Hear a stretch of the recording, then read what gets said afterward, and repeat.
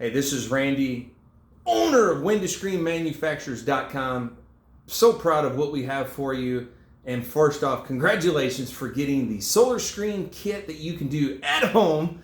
And I tell you, we spent a lot of time and a lot of energy creating this thing to make it so easy for you. It doesn't matter if you're doing it on your picnic table or if you have a big, huge bench or even in your garage floor, which incidentally, that's where we're going to do this today. So let's see what you have in your kit and we'll move on from there. Come on down. What you're going to find immediately is 4 sticks of metal. Depending on the size, it could be a 3 foot, 4 foot, 5 foot, or 6 foot metal. You'll find yourself also, and again, this is a true 1 inch. And then you're also going to find a 3/4 inch crossbar.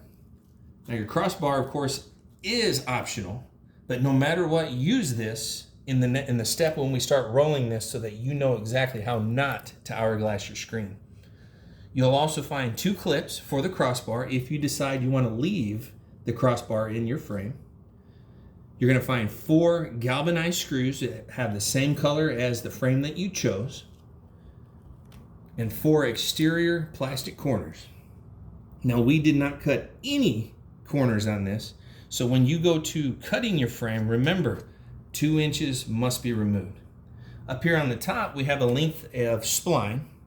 Now this is special because this is what we know as 115 hard spline. What I love about hard spline is it rolls so easily. You'll find that other spline at the hardware stores, the big stores, is made more of a rubber and it tends to stretch and twirl and it's just a pain in the noggin. Now what tools do you need? I have those down here. Truthfully, all you're going to need is a tape measure, of course, so you can measure the size of your window. A nice sharp razor blade to cut your material as soon as you're ready.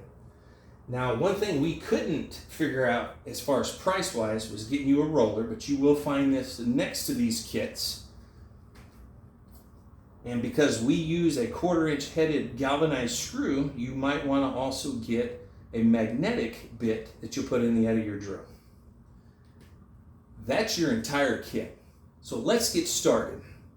Now I'm going to assume that you, of a homeowner, has already measured your window. Remember, the corners are 1 inch guaranteed. We didn't cut any corners, we didn't make them 7/8 or anything else. You have a true 1 inch frame. We made sure that you got the highest quality on the market. So after you've measured your window, whether you have a miter saw or a hand saw, it doesn't matter. Remember to subtract 2 inches from the width, 2 inches from the height. Now, one thing I will do as you watch this video is I'm going to pause between each step, giving you the opportunity to hit pause on this video or just continue on and enjoy it. All right, that's long enough. Let's go ahead and assemble. We've already measured our window, so I'm going to come down here. Now, incidentally, once again, I'm going to do this on the floor today, just to show you how easy this is. So our width for this particular window is 36 inches. So I'm going to put my corners inside here. Whoopsie, look at what I did. I'm going to drop my corner. There we go. And I'm going to do that to the width for the bottom.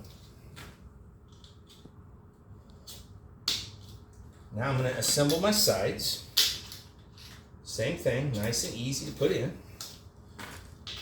Get also the top. I'm going to give it a little spin around.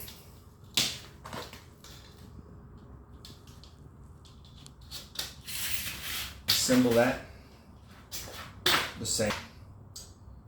Now for the next step, I'll take a quick moment to allow you to catch up, and I'm going to move my little display out of the way so we can continue on. Now, I am personally not a fan of crossbars that are permanently installed. And the reason I'm not a fan is, as a homeowner, I like to keep the exterior of my home clean, spider webs, bugs, bees, you know what I mean. And they typically will nest between the material and this bar. But no matter what you choose to do, you're going to love it. Now, we also cut our crossbar to be exactly the same on the interior. So again, we have a 36-inch window. The crossbar was cut at 34. Again, because we have a true 1 inch frame. Now, this particular window, I'm going to build with 80% black material. Now, you're probably saying, what do you mean 80% material? Well, in all respects, there's really just two great screens on the market, 80% and 90. Both are really going to keep the heat UVs out. 80%, I like to use the word, it's almost transparent. All of the natural light still comes in. I love it. 90 is much tighter, much deeper. You lose about half the light, so it is noticeably darker inside your home. But you choose what's right for your home. As you know, both kits that you're going to find down there have 80 or 90. So I've set this up, my material. What my always rule is I'm a right-handed guy, so I always start with my material square with the frame.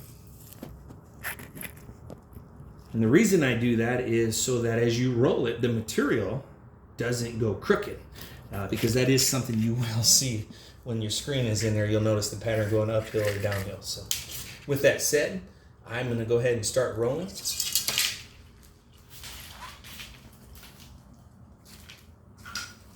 Now watch how I'm doing this, because you can't go wrong if you do it this way. I start that spline along. I've got me a nice beautiful roller, and again, you will find this at your local hardware store or big box store. And I just press that down in there with a little bit of a force, not too bad. I take my left hand and I rub it right along that material. And the reason I'm doing that is I'm keeping it straight with the frame, and at the same time I'm preventing that material from trying to wrinkle or fold over on itself. Excellent. Now I got down here to the end.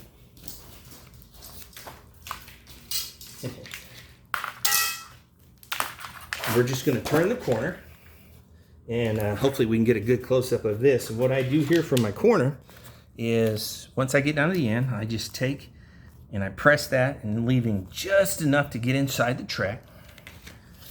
And now I take this spline roller and I press it in, and as you can see, I made it nice and tight. Now if it pokes out a little bit, you can take your roller and say, get in there. Or worst case scenario, if you left a little too much material or spline, you can always trim that off later with your razor blade. So with that said, I'm going to continue on what I'm calling the bottom of my window. Much like I did on the side, I'm going to keep my left hand on the material and dragging it so that I'm not creating any kind of wrinkles, and I'm not allowing my material to fold over.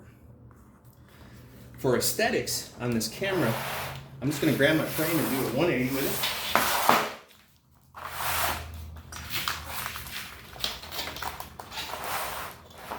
And again, I am not permanently mounting my crossbar. However, we do not want our screens to hourglass on us.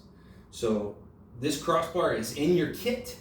If you decide you don't want to leave it permanently, have no fear, put it in the recycle bin. It's 100% made in America aluminum. Or save it for maybe something else later down the road. Or I tend to use it sometimes to mark my rows in the garden, so, because it's aluminum. So I'm going to put this right dead center. And now, much like that other corner, I'm going to do the same thing with my fingers. I'm going to give it a little press to get that nice and square. Lock it down in there.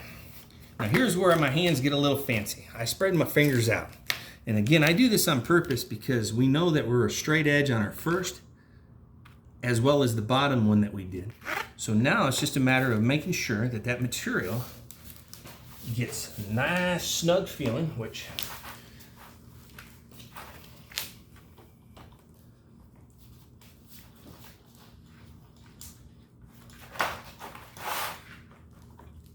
beautiful. Oh, the crossbar decided to jump out anyway. No problem. And again, with the corner, I spin it with my finger,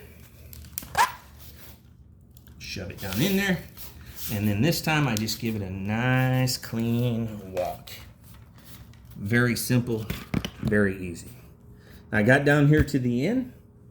Now I'm going to pause myself for a moment and allow you to get caught up, and then we're going to clean this up and get ready to install it.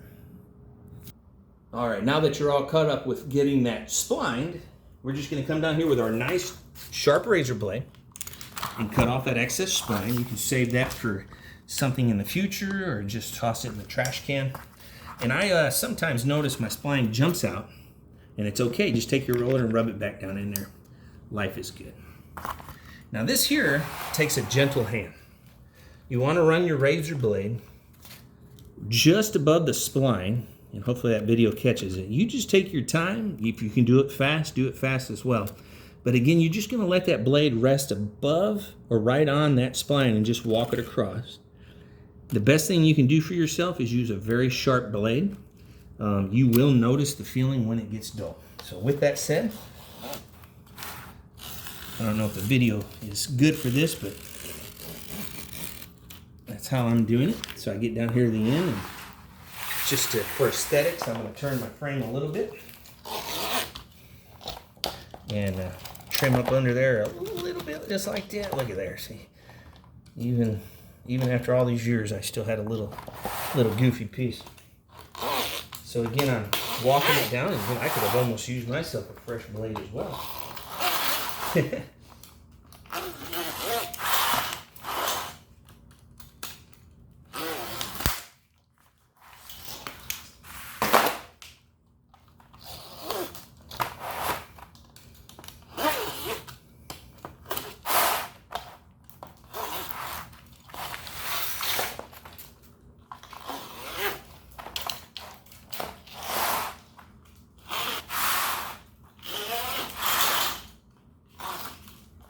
Beautiful.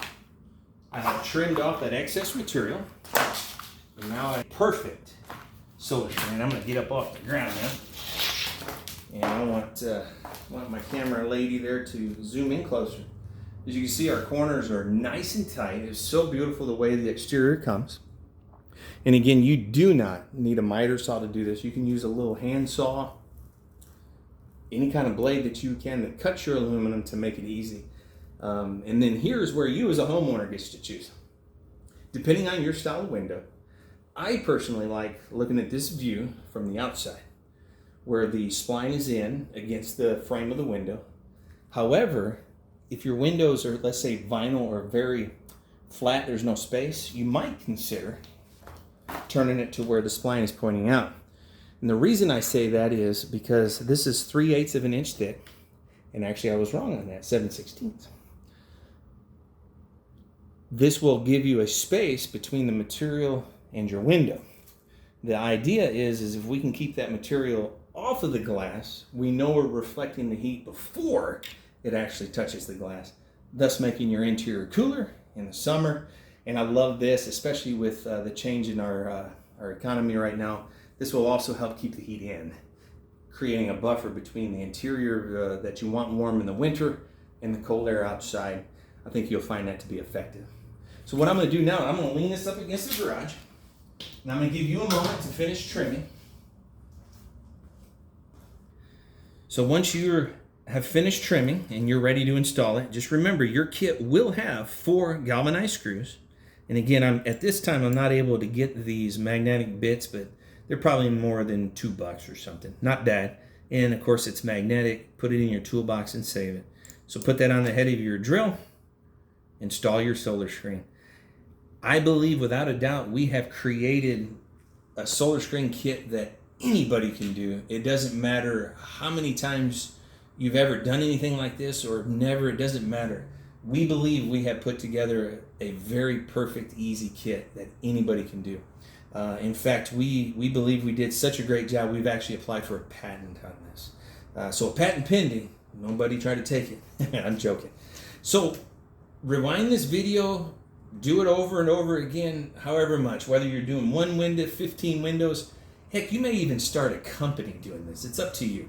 But you will find this kit down at your favorite hardware store. And if it's not there, you tell them, I want that solar screen kit from Window Screen Manufacturers out of Houston, Texas.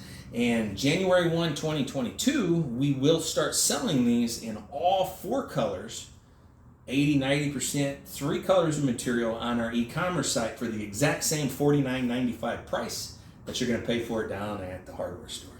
I hope this was right. If you have any questions, problems, otherwise, email us right here on the YouTube channel, windowscreenmanufacturers.com. You can also send us an email through that.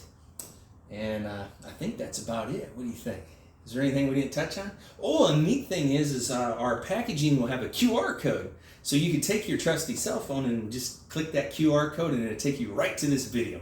I hope I did this right. I hope I explained it right. And again, any questions, problems, give us a call. And we thank you so much for buying this. And remember, all of this, every bit of it, is made in America. In fact, I just found out today the only thing that's not actually made in America is this roller. But that's okay. I won't tell anybody. Although I just kind of told you. Have a good day.